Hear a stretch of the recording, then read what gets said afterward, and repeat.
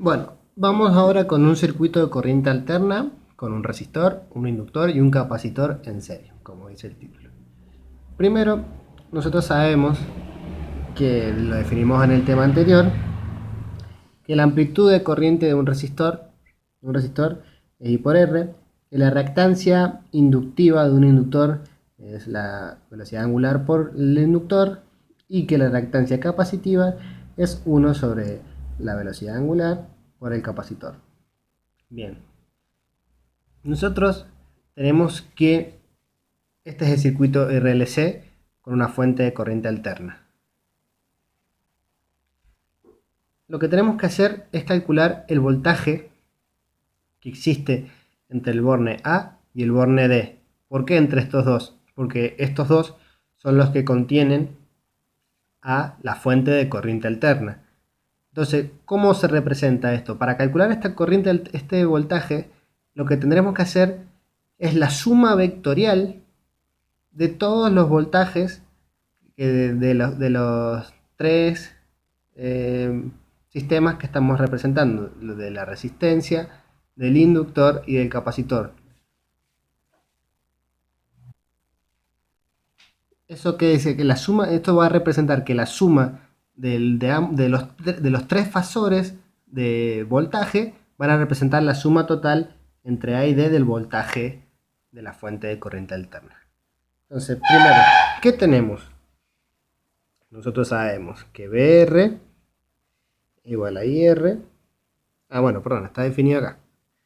Bien. No, está bien. BR es igual a IR. Sabemos que BL es igual a I por XL. Y sabemos que BC es igual a I por XC.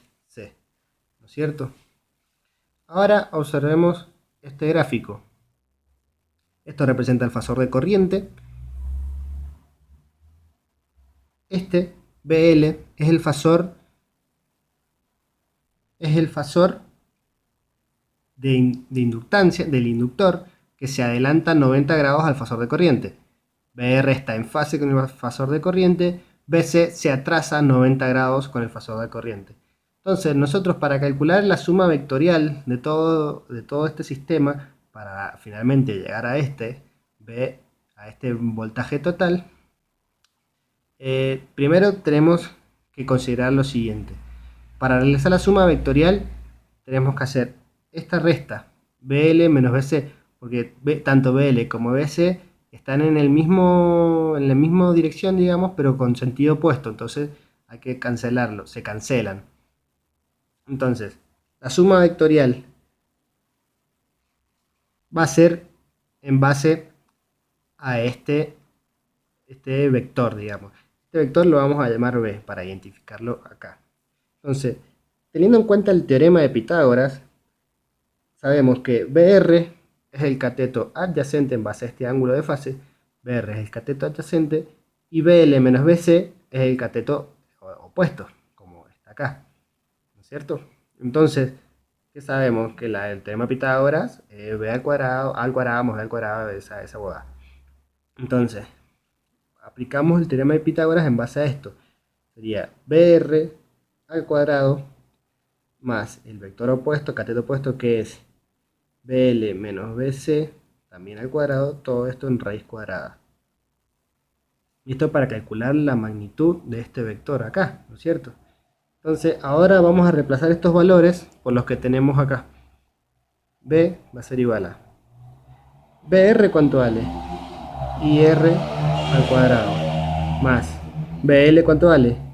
IXL menos IXC, todo esto al cuadrado, esto en raíz cuadrada.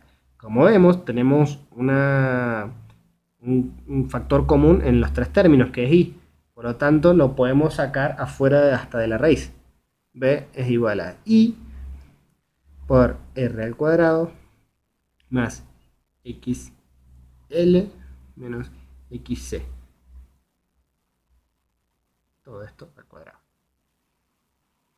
Bien. Ahora, este término se denomina la impedancia de un circuito de corriente alterna. Este término es la impedancia Z. De modo que el voltaje total lo podemos escribir como V igual a I por Z. Como vemos acá en el gráfico, dice V igual a I por Z. Z siendo la impedancia que acabamos de calcular acá. Me había quedado un poquito corto, no se veía el gráfico. Vamos a mover esto ahí. Bien. V igual a I por Z. Ahora, ya calculamos la magnitud de este vector.